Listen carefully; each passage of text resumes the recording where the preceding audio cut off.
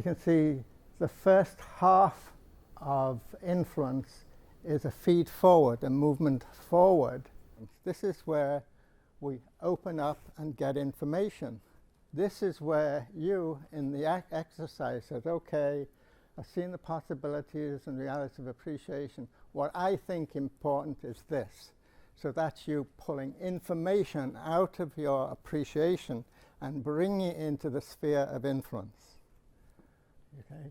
And then the red part is then transforming that information based on your relationship with others and their information. So when you got together in groups and you talked about this priority, that priority, you were doing that second part, which has the potential to transform your priorities and generally add to them. And then the final stage of feed forward is formation, and that's the formation of your maps, to saying these are what we think are the best set of ideas, and here's some of the consequences of those ideas, some positive things and some negative things. So when you've got that, you've completed the first half of a dynamic cycle of influence.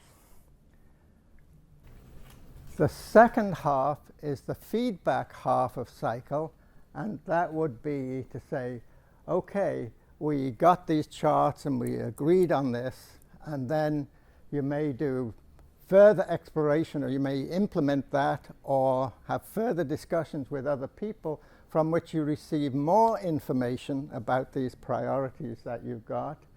You then expose it to even more people, and that transforms that perspective even more, and eventually you form a new view of where are the leverage points for influence, and where are the landmines, and where are the goodies. This is the central process of organizing, and you always come back to this, and you're never finished, because you're always coming back to this center of transformation here.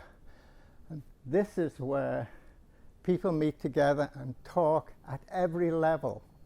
And if you want to improve organizations, just as Eric said to me and put his hand on mine and said, Bill, you will never improve organizations by working on them inside. How do you improve organizations? It's how they interact at every level. So this is a conversation on the shop floor.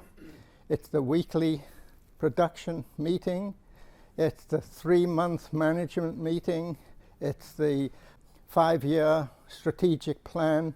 It's the new policy transformational goal. It's all the same thing. We center ourselves in influence, and these are the parts of the process. We also have to talk about power and the nature of power, because you have your power maps. So what I'm going to show you now is one of the first maps of AIC I ever did, and this was while I was still a PhD student. And it was to relate cause and power. So remember, we said everything in organization is a relationship, and everything is a power relationship. Here's the first kind of power, and it's also what we've been brought up to think is the main sort of power. That is, I'm the actor, I have control power, and I get the ends I want.